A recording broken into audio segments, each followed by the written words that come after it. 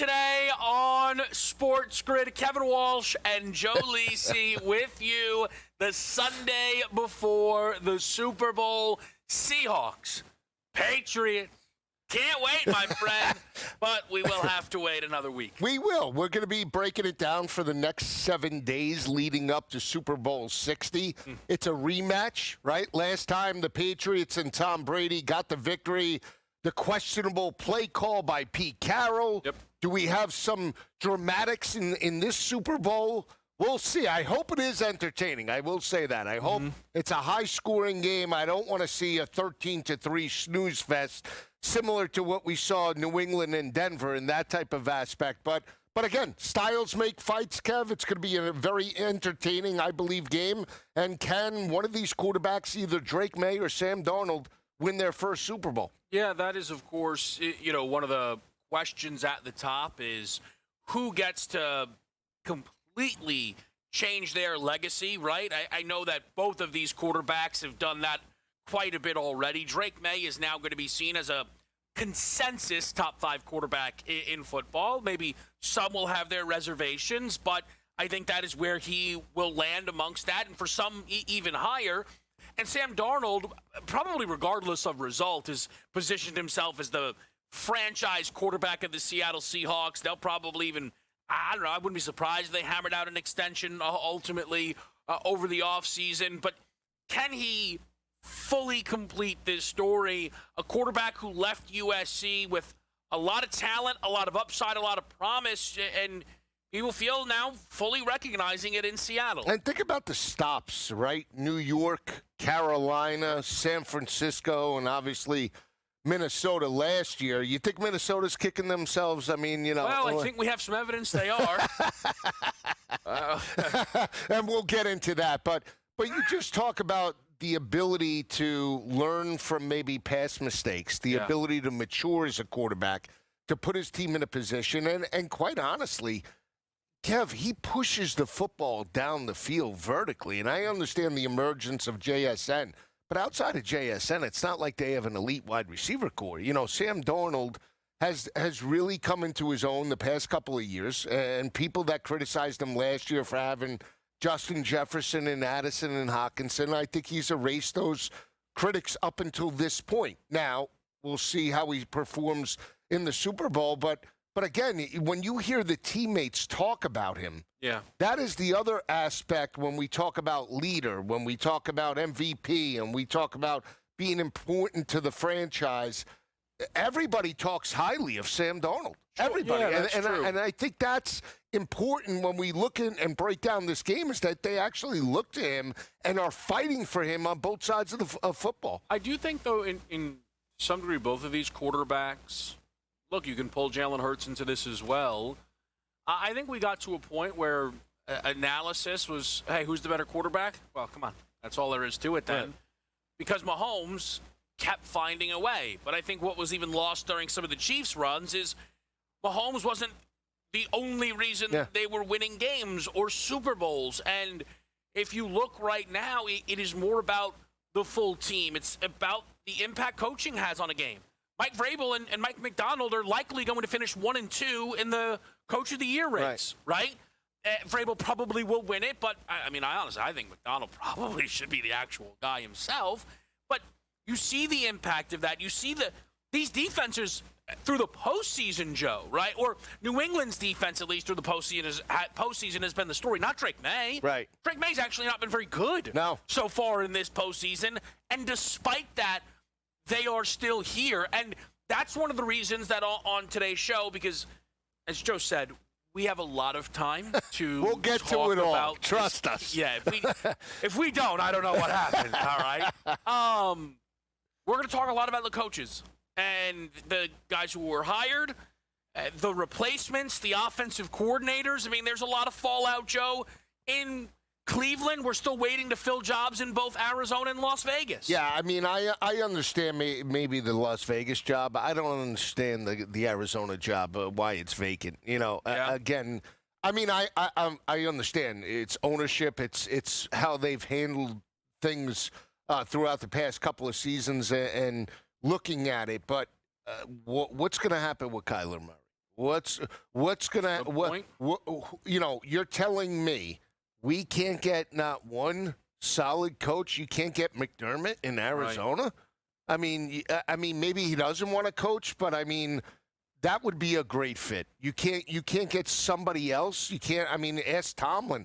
Tomlin wouldn't want potentially Arizona. I'm just saying. My point is that I haven't heard any interviews when we talk about these big names and everyone else. It's like Arizona's like just a forgotten team, and quite honestly, I actually think there's talent there. I really do. I mean, if James Conner comes back, Trey McBride, one of the best tight ends in the NFL, Marvin Harrison, okay, he hasn't lived up to expectations, but he's still potentially a marquee number one wide receiver. Yeah. If you could channel that. Defensively, Will Johnson and Walter Nolan, I mean, the pieces are there. Budda Baker's still there. So what am I missing about why these coaches don't want to maybe coach in Arizona? I understand it's the NFC West, right. But if you're looking for a gig, man, I mean, take on the challenge. I think there's a lot there. I think it's really great because I think there's so much there. I'll start with the last thing you said, right? If you're looking for a gig, we have seen coaches get very selective. Yes. And I think some of that is a lot of the candidates, Joe, are so young, right? If you think about, we'll talk about the Ravens and their offensive coordinator, Doyle, they bring in. He's not even 30. He's 29. Right? I mean, it's crazy. Eagles hire Sean Mannion. 33. I remember him at Oregon State. I'm sure you do. I mean, human turnover machine. So I think what you have, the Rams offensive or passing game coordinator, who's now the offensive coordinator, 35 years old. I think these guys understand they can be patient, right? Because at the end of the day, I mean, Pete Carroll just coached in the NFL in his 70s. My point, Joe, is you can be an offensive coordinator, some of these guys, for the next 10 years and still have a two more decades to go as a head coach. True. So you don't have to rush if you don't think a job is good. I get that, but then I'll play devil's advocate. We thought Bieniemy would. Well, I'm just saying. If you want to go down this road. I do want to go down this road because I like EB. I loved him as a player at Colorado, but my point was we thought he had an opportunity to be a head coach, and he was a hot coordinator at the time. Yeah, and didn't get anything. And now he's back to being a coordinator at where he started. What I think is very clear about Eric Bieniemy is, and let's just call it flatly, the biggest NFL reporters largely dropped the ball and refused to report on that story because Eric Bieniemy not getting a job was clearly not just we found someone else. I don't know if it was the interviews. I don't know if it was his past. I don't know if Andy Reid's recommendation wasn't actually that good. But Matt Nagy got hired as Andy Reid's offensive coordinator. Right, and was getting jobs. Took over, did better than Nagy, right? Yeah. Bieniemy then left because they said you have to be somewhere else to get hired. Nagy came back. They were awful, and Nagy almost got a job again. So I'm not going to try and hammer you on that one example. There might be other examples, but that one example, it's a Bieniemy story, not a. And so I don't think it's an outliers, which you're saying.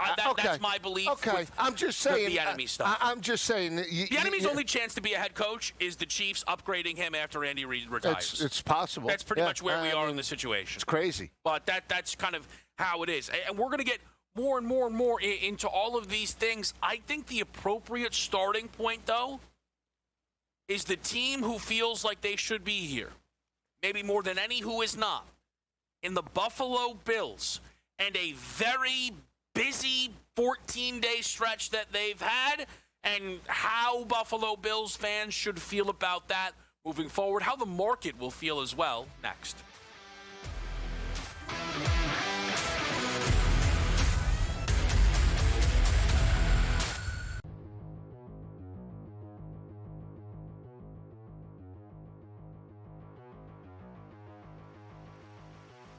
Well, if you check the FanDuel Sportsbook immediately after the Mets traded for Freddie Peralta, you will find that in the National League East, the New York Mets are plus 160 on the FanDuel Sportsbook to win the East. That's followed by the Philadelphia Phillies at plus 200, and the Atlanta Braves are right there as well. And then, of course, you have the Marlins and then the Nationals after that. The Mets are favored to win the NL East. Buy or sell. The Mets, George, will win the National League East this season. Buy or sell. So defensively, this team's going to be a nightmare. Pitching, yeah, okay, I like Peralta. I like McClain. But Craig, can McClain go 150, 170, 180 innings? Don't know. We'll see. And they have good depth there. Peterson, Sanger, blah, blah, blah. Everything they go there. Are they going to win it? No.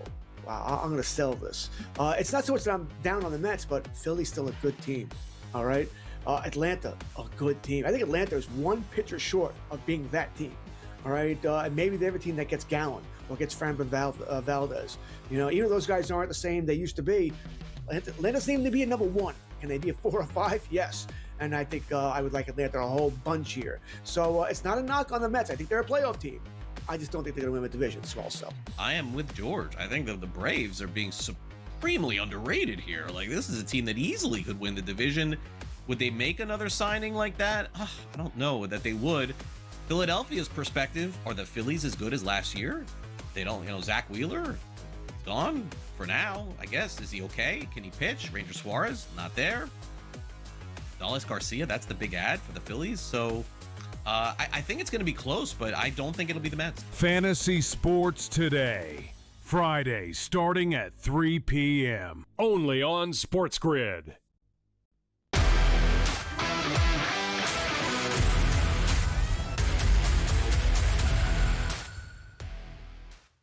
Pro Football Today here on SportsGrid. Kevin Walsh and Joe Lisi. And I think that the Buffalo Bills probably look at this situation, look at this Super Bowl, and be like, you got to be kidding me. Now, I think Buffalo's also done that for about a half decade, and it's largely been a bunch of nonsense, but it doesn't mean that that's not how they are feeling. And the fallout from their loss to the Denver Broncos was Sean McDermott being fired, Brandon Beane being elevated, and then Joe Brady being elevated. The fallout from this has seemingly been skewing negative. People don't seem as in on the notion of this team upgrading Joe Brady to become their head coach. And I think the why is probably as simple as people do not think Brandon Beane is very good at his job, and he now has even more power. And whether you liked Brady's offensive philosophies or not, the offense being good is one thing, but without McDermott, the defense had, a lot of people believe McDermott had been getting the best out of that defense, and that even if the results weren't that good, that was the best you were going to get. There is some excitement around Jim Leonard, and I think that that's helped people with this whole thing, because people believe Jim Leonard is kind of a star in the making as far as a defensive coordinator. They got him out of Denver. I haven't been able to talk to you much about this, so what do you make of Buffalo's decision to not just fire McDermott, but that then leading to the upgrade for Joe Brady? I thought it was good because I thought they plateaued with McDermott. Okay. They got as far as they could. For some reason, they couldn't break through. You can make I don't mean to cut. I just want to say this, though. I think that people who are upset about this won't disagree that they plateaued with McDermott. But then they'll be frustrated that they have kept so much else actually the same. Okay. Is that unfair to say? No, but you're getting a significantly younger head coach. Mm-hmm. Now, I think part of it's an interesting dynamic because, again, Josh Allen was in on every interview. Yeah. Who does that, right? They want to make Josh Allen happy, right? I get that you want to make Josh Allen happy, but you also have to push Josh Allen past the point he hasn't been able to get to, and that's the Super Bowl, right? And so is this higher? And I think Brady is good, right? In-house guy, obviously, was very emotional. Loves the players. I think that'll go well, especially with the Josh Allen-led locker room, and obviously that's important. You want a young player that could relate maybe to these guys. But I think the issue is, and I continue, and I love Leonard. I think the hire of Leonard's great. I do. I think that defense will get significantly better. They'll become more physical. That was something that they weren't. I don't believe the last couple of years under Sean McDermott, I don't think they was as physical as those Bills defenses that when Josh started to heat up from an offensive perspective, they were much more physical at the point of attack. Now you can make the argument due to departures, injuries, they were like a glass house. I mean, they were getting run on almost every week in the regular season. I'm just saying, when you look at this team now and Joe Brady, I want to see how he coaches them up. Is he going to be more that CEO? Rah-rah call guy? the plays. I know he'll call the plays, and they got Carmichael in there as OC, so he'll devise the game plan. I love that because that's like the guy from Baltimore. He was the OC when we know that Ben Johnson was calling over, all the plays. But Declan, I think it's a really good hire, but I'll just push back on this. Why did it take them so long? Oh, I can answer that. You think they just want their It's a charade. Most of these coaching processes are complete charades. So you think there was one reporter who tried to up the Buffalo search, a wide range of candidates, guys they used to employ, and they landed on the guy they did employ. I mean, they knew who they wanted the whole time. That's why they elevated Brandon Beane. There was two guys who could get this job. Brady and Dable. That was it. Okay. There's no other candidates. So Phillip Rivers was never getting this job. So my point is this. Then Josh felt really good with Joe, right? Yeah. Okay, and the other point is, did McDermott push back on anything they wanted to implement offensively? So I think that's what's interesting is I think that there are some people who are they do not love what Joe Brady has produced in Buffalo, right? Mm-hmm. Because some of it is a little bit more conservative. Right. It's run heavy. And the idea simply is if you have Josh Allen, who is a consensus top 3 quarterback in football, might right now be the consensus best quarterback in football. I think that's a little tricky, but he is, we know, up there. You should be throwing more than you should be running, right? I think that's a very convoluted thing, right? I don't think they would like Josh to stay healthy, but they also then probably run Josh too much. Also, though, they don't have great wide receivers. They have a great running back. They have a great offensive line, so why wouldn't you run the football? I think Joe Brady, who was the offensive coordinator for the most prolific college football passing attack, probably is comfortable throwing the football. So I think that's fine. But I think what you hit on is you don't love defensive-first head coaches because you believe they meddle in everything. Right. And their dream scenario is to win every game 17-13. Correct. So I similarly wonder if Joe Brady will open things up a little bit more in Buffalo. I hope. But let's take the ugly of Joe Brady. He had Baker and Sam Darnold in Carolina.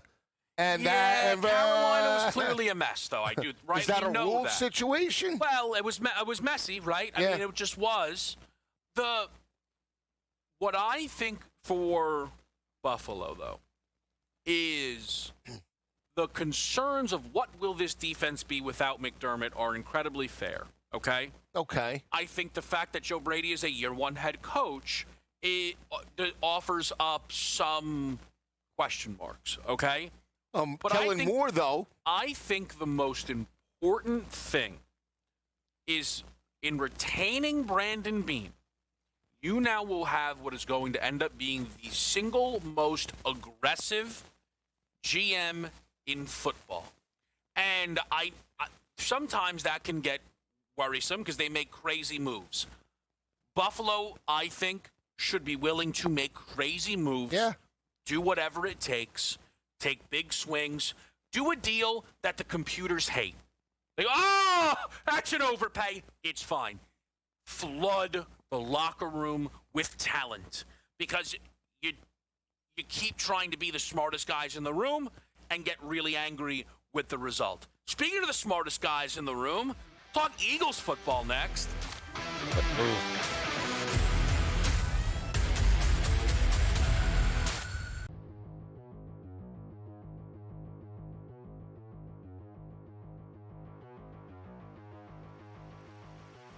Well, if you check the FanDuel Sportsbook immediately after the Mets traded for Freddie Peralta, you will find that in the National League East, the New York Mets are plus 160 on the FanDuel Sportsbook to win the East.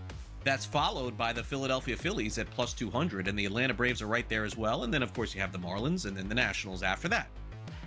The Mets are favored to win the NL East.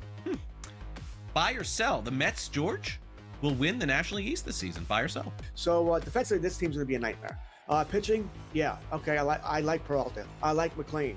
But Craig, can McClain go 150, 170, 180 innings? Don't know. We'll see. And they have good depth there. Peterson, Sanger, blah, blah, blah. Everything they go there. Are they going to win it? No. Wow, I'm going to sell this. It's not so much that I'm down on the Mets, but Philly's still a good team. All right? Atlanta, a good team. I think Atlanta is one pitcher short of being that team. All right? And maybe they're a team that gets Gallen or gets Framber Valdez.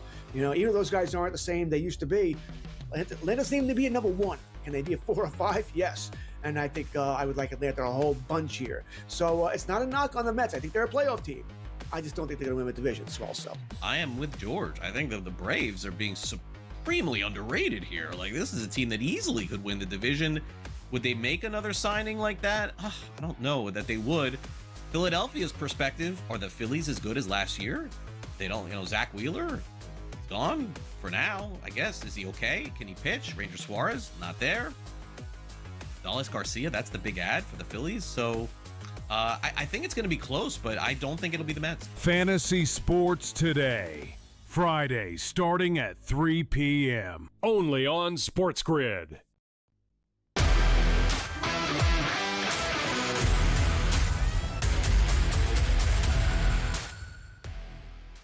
Pro Football Today on SportsGrid. The Philadelphia Eagles made a move to bring Sean Mannion in as their offensive coordinator.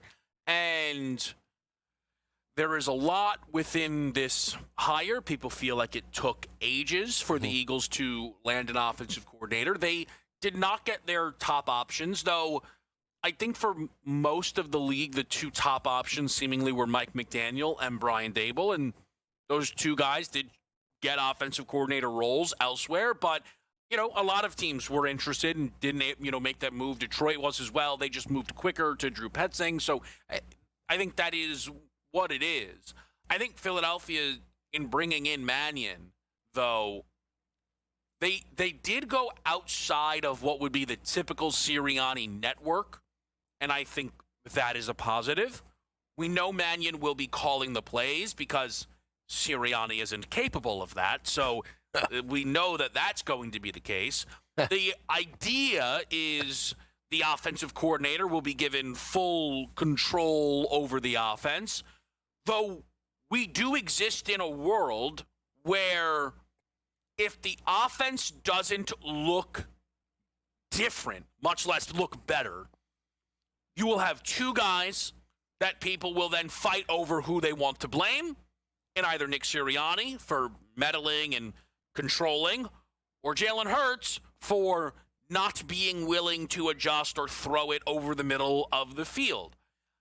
The craziness of it all is the Eagles have likely given themselves a situation where either they are going to have hit another home run at offensive coordinator and then lose that guy after a season, because that's how it seemingly always goes in Philadelphia, or Mannion won't be able to fix issues enough, and Sirianni will be fired at the end of the year, and then Mannion would be out of a job anyway.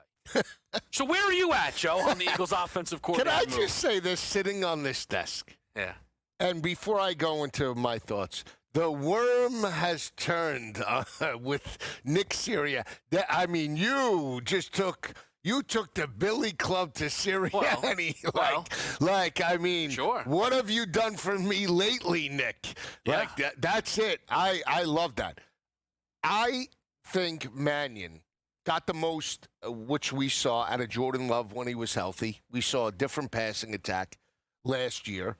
They weren't as reliant on Josh Jacobs and that offense. Now, we always thought that was an Achilles heel about why they could never maybe make an NFC championship run. And if they have that type of mindset and philosophy in Philly, I think they're going to be fine. I do. I really think, though, it's going to be what is up with Saquon, right? What is up with this offensive line? That all of a sudden they were as dominant rushing attack, and now all of a sudden they can't run to save their life. Mm-hmm. And I think that's a problem. You need this offense needs balance to some capacity. Okay. I think Jalen needs to get back to running the football a little bit with RPOs. That was non-existent last year. I just felt like there were times the routes didn't look very intricate. They didn't look. They just looked bland. They looked like they were just guys were just not running smart routes. Yeah. They weren't good routes. They weren't challenging vertically a lot. I just don't. Everything was to the sideline. I mean, I just felt like the team as a whole, Kev, was walking through the motions last year offensively. Mm-hmm. And I'm not sure why, but hopefully Mannion could elevate this passing attack where Jalen Hurts, I still believe, is a good quarterback. Mm-hmm. But you need to put and devise a game plan to Jalen Hurts' strengths, not his weaknesses. Yeah. Look, every quarterback has a weakness or isn't great at everything, right? So my point is, why would you force the square peg into the round hole in that situation? Why not call a game plan to Jalen Hurts' strengths each and every week if you think he's a hindrance in any capacity? That's what I don't understand. Oh, it's Jalen, it's Jalen, it's Jalen. But you're not calling a game plan that elevates what he does well. Yeah, there was a lot of things that were a mess with the Eagles. I think we're still waiting on official word as to whether or not Mannion Takes the job. will, like, who he gets to bring in and who leaves. I'm very fascinated if Petullo is one of the names that stays or goes, quite honestly. But I think for Philadelphia, we say, hey, you're going to know right away, right? I think that's not true. I think we have seen this Eagles team play seasons in spurts of, oh, that's great, oh, that's awful. And it profiles as a potentially really exciting, fruitful season, but it could also be a very frustrating season. But you have guys who have a lot on the line in Philadelphia this upcoming offseason, and there is no doubt about that. Take a quick break, come right back. It's Pro Football Today on SportsGrid.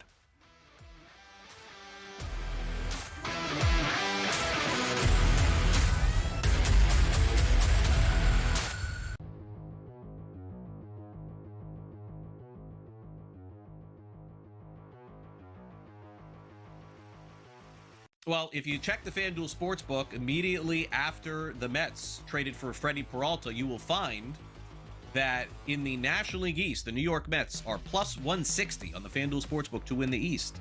That's followed by the Philadelphia Phillies at plus 200, and the Atlanta Braves are right there as well. And then, of course, you have the Marlins and then the Nationals after that. The Mets are favored to win the NL East. Buy or sell. The Mets, George, will win the National League East this season. Buy or sell. So defensively, this team's going to be a nightmare. Pitching, yeah, okay, I like Peralta. I like McClain. But Craig, can McClain go 150, 170, 180 innings? Don't know. We'll see. And they have good depth there. Peterson, Sanger, blah, blah, blah. Everything they go there. Are they going to win it? No. Wow, I'm going to sell this. It's not so much that I'm down on the Mets, but Philly's still a good team. All right? Atlanta, a good team. I think Atlanta is one pitcher short of being that team. All right? And maybe they have a team that gets Gallen or gets Framber Valdez.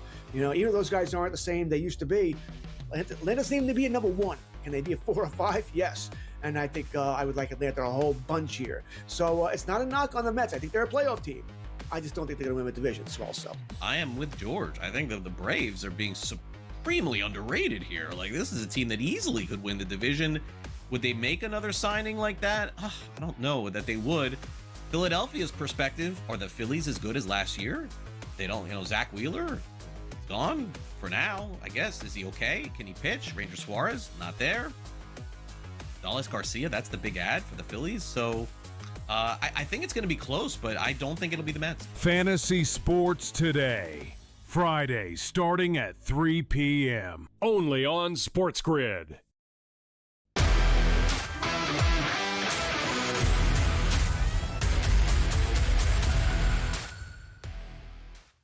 Pro Football Today, back at the right here on SportsGrid. Joe and I talking a lot about the coaches, and there's a lot of different angles, Joe, that really jump off the page. We just mentioned Philadelphia and their offensive coordinator hire. There was then a moment where they thought they might need a defensive coordinator because Twitter was abuzz. Vic Fangio. There was an idea, hey, maybe they'll call Gannon back. He's got a job. Maybe they'll call Jim Schwartz. Has a job for now. Cleveland went with Todd Monken. Yeah. Man, this was a whole... It's a mess. A whole to-do. Yeah. So tell me, they hired Todd Monken, former Ravens offensive coordinator, was going to be the New York Giants offensive coordinator. What did you make of the move by Cleveland? So I don't have a problem with Monken as the head coach. I mean, again, they're a mess of an organization right now. And I told Donnie, I mean, what are they doing with the quarterback situation? Deshaun Watson's coming back. He's in the Riviera. He's still vacationing. I mean, you want to talk about rehab, vacation. I mean, what are we doing here? Yeah. Is it Shador or isn't it? You know, are they going to draft a quarterback again in the upcoming draft? I mean, you tell me. I mean, you need an offensive mind. They've went, you know, Stefanski, I just think, again, was a coach that plateaued like McDermott. You had one up year, one down year, one up year, and you can make the blame across the board, whether it was injuries, it was the organization, it was the owner. At the end of the day, they just can never challenge for an AFC North championship. But you need an offensive mind in there. I do. The problem, though, is that, you know, Schwartz has come out and said he wants out. Well, then that now affects the defense that was one of the better defenses in the AFC. They were physical. They had the sack leader of Myles Garrett with 23 sacks. And if he's gone, who are you going to get in there? You know, to motivate Myles Garrett and get that defense going. You know, they're a complete rebuild again. There's young talent there, though. Fannin is good. Quinshon Judkins is good. I think it's a pretty good hire. Now, do I think they're going to be a 12, 13-win football team in years to come? No. But I think, again, can Monken get them to 10-7 eventually? Yeah. Yeah, I don't like it? No, I kind of do, right? I think Kind of. It's like your mixed feelings on it. You're tempered. You know why I have mixed feelings on it? Why? Because I think Cleveland has kind of laid the framework to be awful next year. Again? No one agrees with me ever on this stuff, and I think that'd be great for them. I think it'd be great for them. And then, in what is supposed to be a very, very good quarterback class, Arch, C.J. Carr, Norris Sellers, Darian Mensah, that, like, you know, some of the early names that were Dante Moore that we're hearing, I think then Cleveland, after pouring talent into this, you know, roster, everyone really likes the draft they just had, right? Yeah. Okay? Then this year they're going to have multiple first-round picks. They really need help amongst the offensive line. They need high-level pass catchers to, you know, Fannin's a step in the right direction, but they're going to need to add more on top of that. So I guess my trepidation is if they win 2-3 games, I wouldn't be stunned if they moved off Monken. And I don't necessarily think that would be his fault or that they should. But I can't sing the song, this is the best hire I've ever seen, when I also think they might fire him after a season. That they might view him as a placeholder head coach. We've seen that become a thing in the NFL. Yeah, it's possible. We saw it with Houston before they got D'Amico Ryans, right? Where they have Lovie Smith, David Culley. And I think for Cleveland, though, you know, they posted Monken meeting Shador. I think they're going to give Shador a real chance to be their starting quarterback, and I think they should. Okay, that's fine. Yeah. But then let me push back. Okay. Did Monken get the best out of Lamar? I mean, he was the OC last year, and I know he didn't win. Not this. What would be 2 seasons ago, Joe? Which is probably the best statistical season any quarterback's ever had. Not won an MVP. I know that, but then you look at last year. Lamar was hurt all year, I think. Okay, is that unfair? What I'm saying is you're chalking that up to Lamar being maybe not 100%. Yeah. Okay. All right. I think, and here's the thing. Again, if I think Monken's a good hire. Okay. But if we're talking quarterback specifically, right? Yep. Like we brought Monken in to elevate Shador. Yeah. Right? I would have went in a different direction. I would have went with Kingsbury then. I honestly believe that So I know what you're saying. I'm just saying, Yeah. if we're talking quarterback-centric coaches, and I'm not bashing Monken for not getting productivity out of Lamar and being more, an explosive offense. I'm talking about quarterback development. Mm-hmm. Okay, and I think Kingsbury, to me, would be a better fit with Shador than Monken. But that's just me. Yeah, look, I think I know you like Kingsbury. I think very clearly Kingsbury is not a 1-2 read, if you will. I think there's a lot that comes with Cliff Kingsbury, right? Doesn't seem to be well-liked everywhere he goes. Doesn't seem to keep a lot of consistency, really, ever, with any of the results. Maybe he's misunderstood. He might be, but I don't know if – can I tell you what? I don't know if I'd pair that with Shador Sanders. You know I like Shador, Yeah. but I don't know if that's an easy situation. Would you then let me I'll again throw another name? Would you have went in the area because everybody loves the job he did in New York, which I can't believe at 20-40, but Brian Dable? No, see, I am totally fine with Todd Monken because I think Monken has been around, right? Offense first guy. And Coach Stetson Bennett at Georgia. And and they had some incredible runs, of course. We know what the defense, was utilized the leading star. tight end with Bowers. Certainly, and Harold Fannin it projects as a potential star-level tight end. I like the Monken hire, but again, there could be a lot of fallout, and that's where the Jim Schwartz stuff comes in. And what would be interesting is if Jim Schwartz ultimately says, I need to be gone. I am not staying here, right? Mm-hmm. Does Myles Garrett follow suit? Well, but that's my concern. But I think that was happening. If anyone other than Jim Schwartz got the job, I don't think Jim Schwartz was staying or wanting to stay. His reaction would have been the same. Because he, to some degree, to Jim Schwartz's defense, he kind of got dragged along, right? Yeah. He was, hey, all right, we're going to interview these guys. All right, second interviews. All right, it's down to you two, you three. And it's not him. I know. That's very tough. It is tough. And he's an in-house guy. But I'll say this, and people will think I'm nuts. I don't know if trading Myles Garrett's a bad idea. I admittedly don't know how it. Joe, what are the Cleveland Browns going to be next season? We don't even know if Shador Sanders is good. He might be awful. I hate to say that. No, it's I know. Possible. But it's probably likelier that Shador Sanders is terrible than is great. similar to where they were with Micah? Dallas? No, not even close. Meaning like they got rid of Micah. Dallas was much closer. Yes. Yeah. Yeah, so why would my point is, though, to trade Myles Garrett, you're going to now take your best player. Yeah. And now you're going to regress with the hopes of building it back up. And hopefully we could get maybe a guy that's similar to Myles Garrett. I mean, Myles Garrett's still in his prime. Myles Garrett just set the sack record. I know he did. But you're going to get 3 first-round picks for Myles Garrett. Hey, Joe, so your point about Micah, right? So let's say Dallas with Micah was like a 10 to 11 win team. Yeah. They trade him. They end up, could have been a 7-8 win team, yeah. right? The Browns are a 5-win team. You trade Myles Garrett. You now will have 1,000 draft picks, and you're going to be awful. But there's playmakers there like Fanning, Quinshon Judkins. There's guys to like, Joe. There's not enough. There's not enough. No, but my point is, all right, let's say... You're going to be giving this team out as a long shot to make the playoffs next year? No, but if Myles Garrett's there and that defense is intact...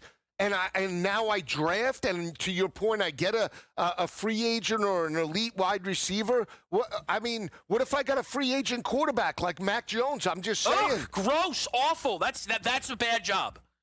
Bringing in Mac Jones is the last thing you should do. What is wrong with these people?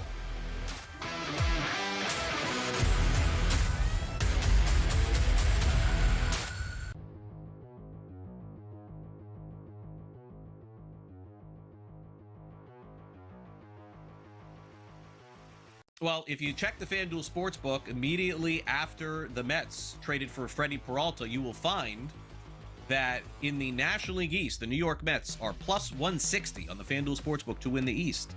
That's followed by the Philadelphia Phillies at plus 200, and the Atlanta Braves are right there as well. And then, of course, you have the Marlins and then the Nationals after that.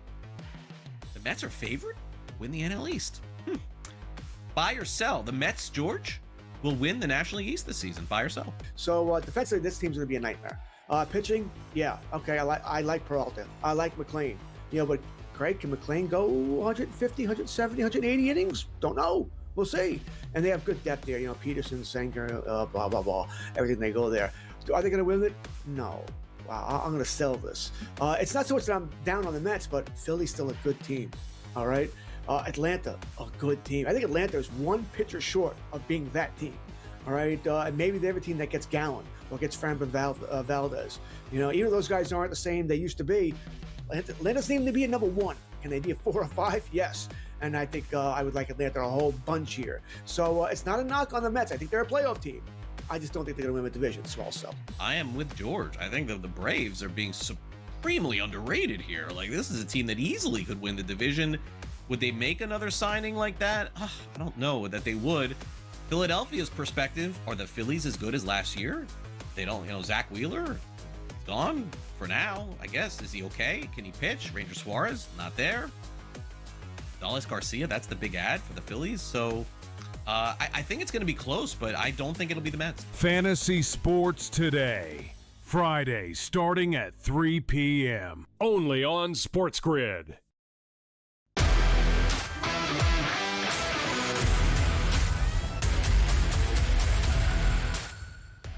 Okay, Pro Football Today back right here on SportsGrid. So we were rudely interrupted by a commercial break. Yes. I would just love to circle back chomping at the to bit. what you just said, which I threw it out there.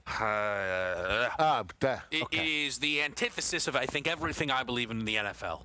Right. Because you think you want the NFL, and I'll throw it out there. I'll tell you, you want it to be like the NBA. Yes! And it's not. It's not. But it's smartly ran. No, stop.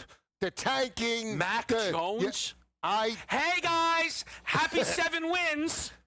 That's awful. That's bad process. My point is this. Would you rather win 7 games or 2 games next year if you're the Browns? I'm asking you.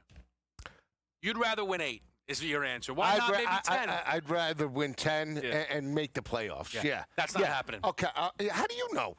What? I just told you. Let's go through the process. I just told you. All right, let's go through the process. Let's do it. Okay. How many first-round picks they have this year? 2. Okay. You're telling me they can't get potentially Cornell Tate or Jordan Tyson? Right. Okay. One of them. Okay, so 1 hits. Perfect. Just like Ted McMillan did for Carolina. Yeah. Okay, now we have an elite wide receiver. We believe we have one of the better rookie running backs in the league. Yeah. Quinshon Judkins when he's healthy. Very injured at the end of the season. I believe he broke his foot or leg, but that's okay. Comes back 2,000 yards, Saquon Barkley. Offensive line. Mario Fannin, one of the better tight end. Harold Fannin. Harold Fannin. Mario Fannin was a running back at Auburn. That big boy stuff comes back real quick, doesn't it? Right? Mario Fannin was Get the him running some back. more fish oil, huh? How about a hit of the oxygen, huh? Who? Mario. It's me, Mario. Huh? Isn't it crazy how that works? Hang on, I have Auburn. Hey, Mario Andretti. Mario Fannin was the starting running back at Auburn. Number 27. Did you win that game? Probably. Win it playing LSU? Can I get back to my point? Oh, sure. All right. So the point is this. Go ahead. They could draft and help out the negatives or the weaknesses on the offensive side of the ball. And if you have your best player in Myles Garrett and that defense, which was rock solid, they're one of the best secondary statistically in the NFL. One of the best. The defense was a little overrated. Come on. They were trailing a bunch. The defense was a little overrated. All right, so overrated. I think they were above average. I think. Let me ask you this: were they at least a top 15 defense? Yeah. Okay. Yeah. All right. So you don't think that with the proper moves in the draft and some key free agent signings, this team can't be competitive and or potentially challenge 10 wins next year? I do not think that this team, you if just they don't bring want in them Mac to. Jones, is set up to win 10 games next year. Again, not just with Mac Jones, and that's it. My point is Mac Jones and weapons. Yeah. I don't think I think that this team should be starting Shador and living with whatever happens. Okay. Whether he's bad or great. And what's the process? Where are we looking to go?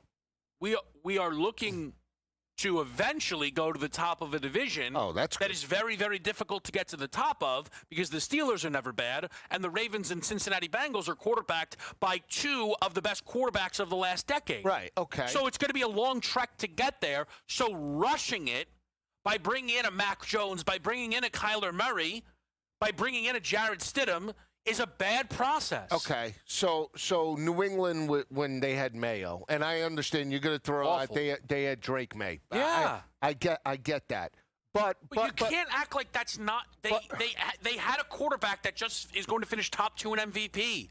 That's the difference.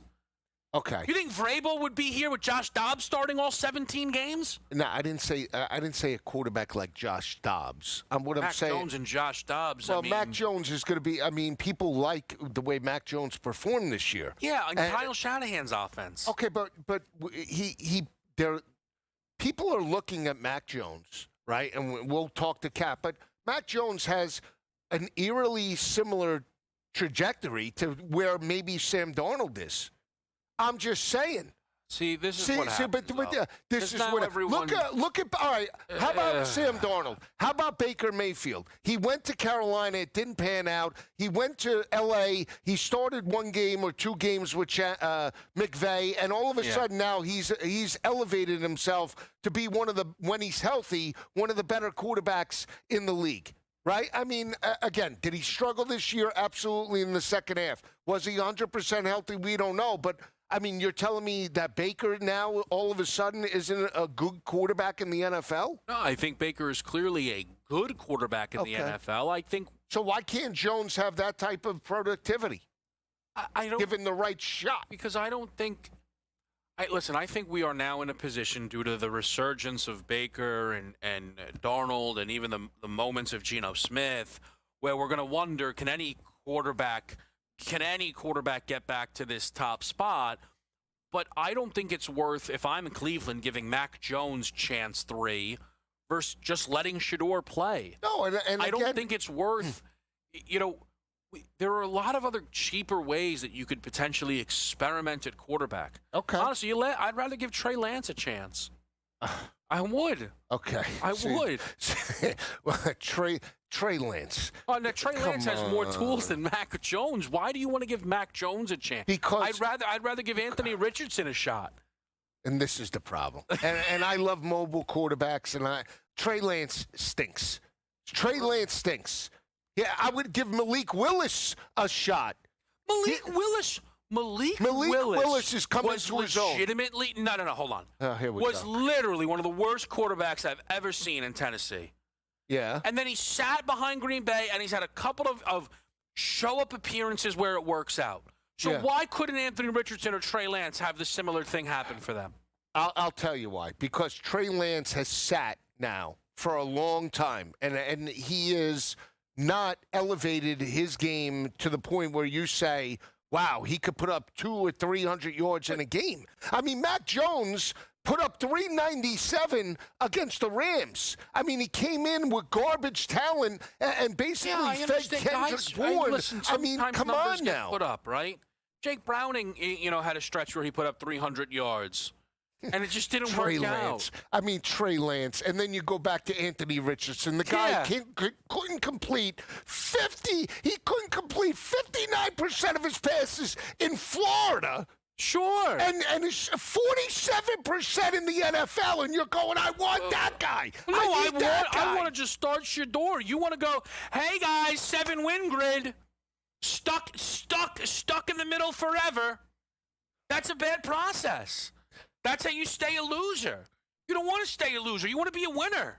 That's why Lane Kiffin left Ole Miss to go to LSU. GM Kev, here he is, the commish. Yeah, I know. Joey running backs. Taylon Green with the 4th overall pick.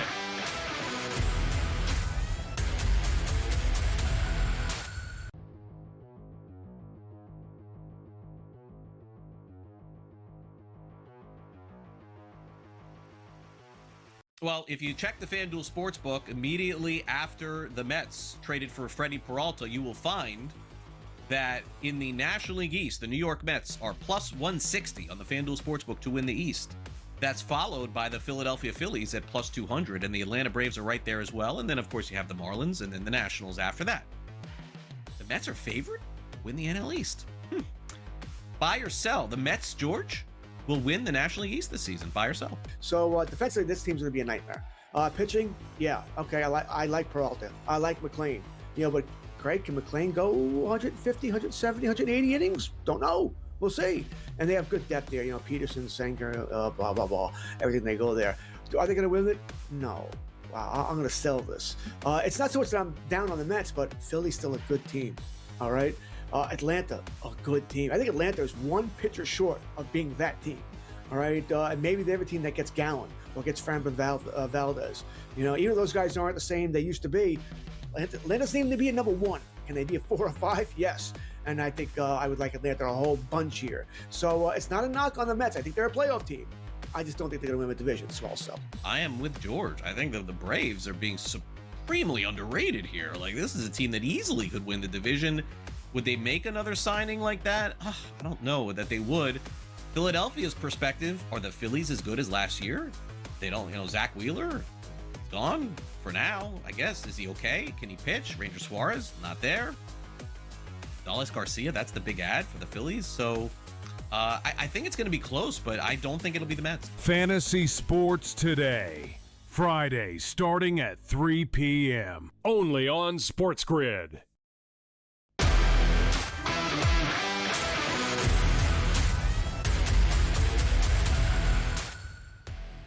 Pro Football Today with you on SportsGrid. Kevin Walsh, Joe Lisi. Joe, we, of course, are still awaiting any major movement around Super Bowl 60. Right. I am curious, and you and I, again, will have a lot of time to expand on this, but have you started to eye up the total at all in this game, which is, I think, seen the most movement as 46.5s or even now showing to be some flat 45? Yeah, I told Donnie when we did the show that I thought we would get down to 44.5 down in that area. Yeah. And I also think the spread will get down to 3.5.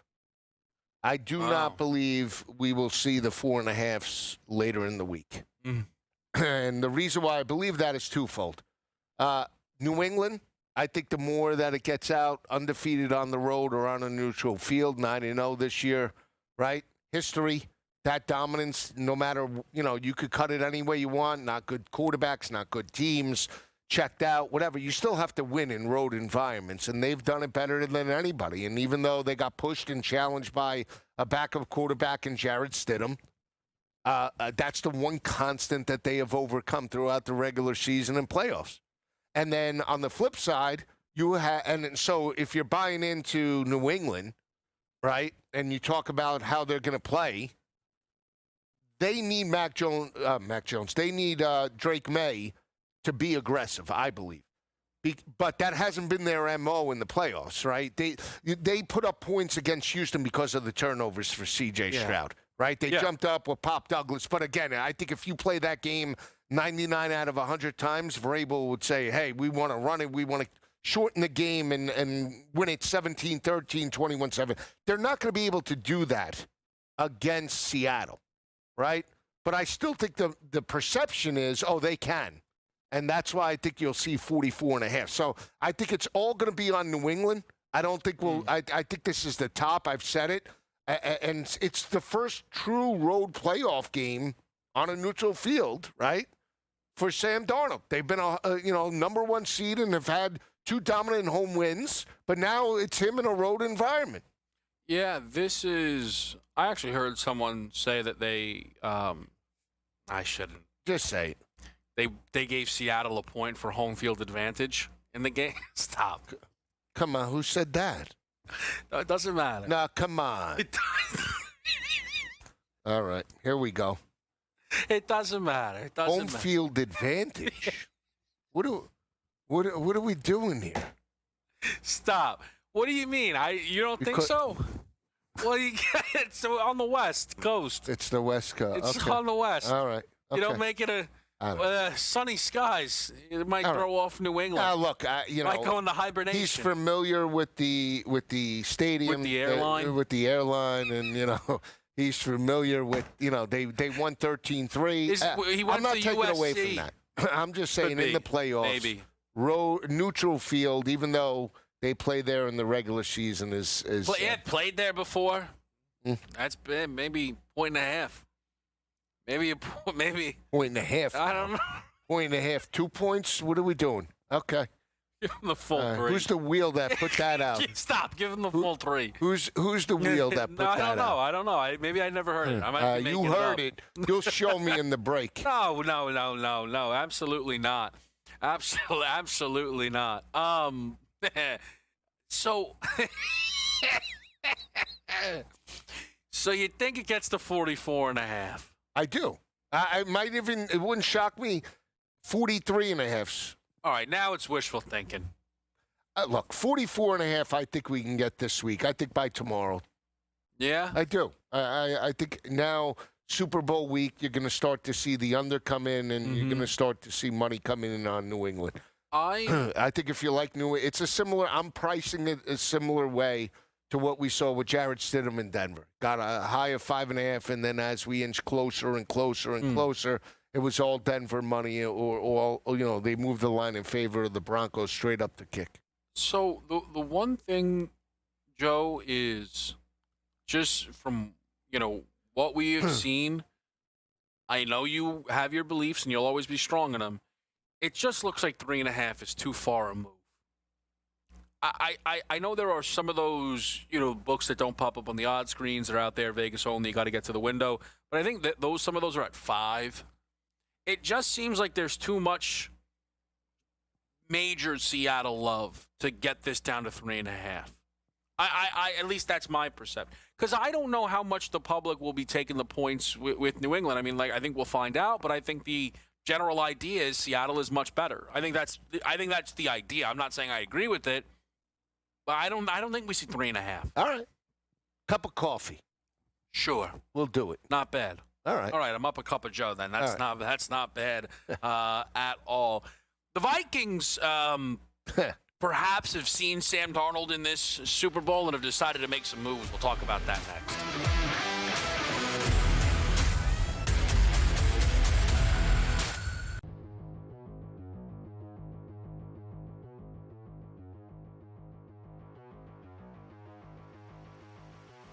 Well, if you check the FanDuel Sportsbook immediately after the Mets traded for Freddie Peralta, you will find that in the National League East, the New York Mets are plus 160 on the FanDuel Sportsbook to win the East. That's followed by the Philadelphia Phillies at plus 200, and the Atlanta Braves are right there as well. And then, of course, you have the Marlins and then the Nationals after that. The Mets are favored to win the NL East. Buy or sell. The Mets, George, will win the National League East this season. Buy or sell. So defensively, this team's going to be a nightmare. Pitching, yeah, okay. I like Peralta. I like McClain. But Craig, can McClain go 150, 170, 180 innings? Don't know. We'll see. And they have good depth there. Peterson, Sanger, blah blah blah. Everything they go there. Are they going to win it? No. Wow, I'm going to sell this. It's not so much that I'm down on the Mets, but Philly's still a good team. All right. Atlanta, a good team. I think Atlanta is one pitcher short of being that team. All right. And maybe they have a team that gets Gallen or gets Framber Valdez. Even though those guys aren't the same they used to be, Atlanta seems to be a number 1. Can they be a 4 or 5? Yes. And I think I would like Atlanta a whole bunch here. So it's not a knock on the Mets. I think they're a playoff team. I just don't think they're going to win the division. So I'll sell. I am with George. I think that the Braves are being supremely underrated here. This is a team that easily could win the division. Would they make another signing like that? I don't know that they would. Philadelphia's perspective, are the Phillies as good as last year? They don't. Zach Wheeler, gone for now, I guess. Is he okay? Can he pitch? Ranger Suarez, not there. Dallas Garcia, that's the big ad for the Phillies. So I think it's going to be close, but I don't think it'll be the Mets. Fantasy Sports Today. Friday, starting at 3 p.m. Only on Sports.